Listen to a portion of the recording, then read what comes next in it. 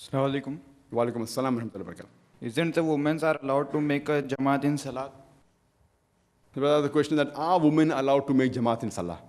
Point number one, yes, they can join a jamaat of the gents, but separate and complete segregation. If a gent is praying and imam is praying, and if they want to join, they can join. They should be in the behind rows.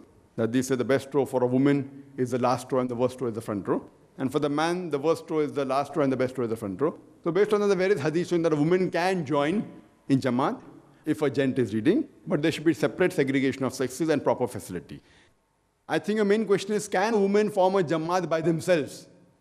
Only a women jamaat? Yes, they can. But the rules and regulations slightly differ. There can be a only ladies jamaat led by a lady imam. A lady can be an imam, but there are slight differences there. That if a lady is imam, in a gent, normally a gent imam stands in the front and the first row stands behind him. In Islam, when a lady stands in the same row. It's in the same row she stands. So there are various Sahih hadith that Hazrat Aisha radiallahu anha, may Allah be pleased with her, she led the prayers of all the ladies.